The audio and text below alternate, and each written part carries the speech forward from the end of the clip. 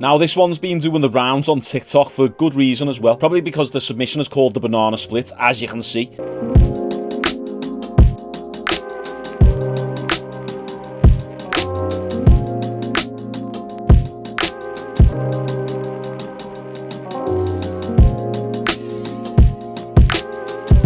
And the comments are wild on this one. If your girl trains Brazilian Jiu-Jitsu with men, she's not your girl. I'm never letting my girl do Brazilian Jiu-Jitsu. Dead. Don't worry, babe. He's just my sparring partner. Her poker face at the end is priceless. Blacked MMA version. He's just my trainer. I wonder if her pech opens up. The main reason why these type of videos usually go viral is because people want to see the difference in terms of physicality between men and women. Now, 10, 15 years ago, no one really cared. But in this day and age where women are always talking about, we can do it too, we're just as strong as men, there's extra attention and focus going towards clips like these. And at the end of the day, we know that men have an extreme advantage over women in terms of physicality, strength, bone density, testosterone levels. We spoke about this a lot in this video, which has recently blew up, where we can see how drastic the strength difference is. Now, sometimes you'll get full contact competitions in Taekwondo and Karate, where it's a man versus a woman, and that's when stuff like this happens.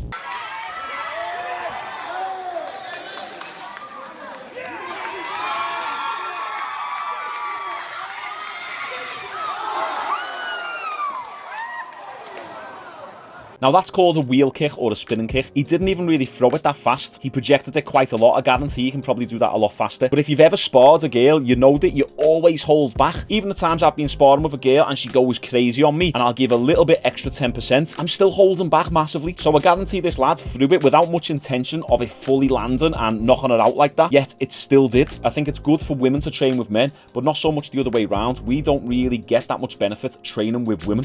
Grappling with aggressive men. I'd like to introduce my buddy Paul, who is known for always giving everyone an aggressive role.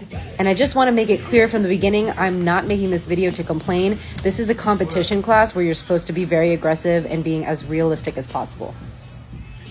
As you can see, he's keeping a really heavy shoulder pressure, which is super realistic for me if I'm getting ready for a competition, or God forbid I ever get attacked in real life. But this roll was really fun for me just because it was a painful roll. I could hear myself start to breathe funny just because the positions he was forcing me in were not comfortable.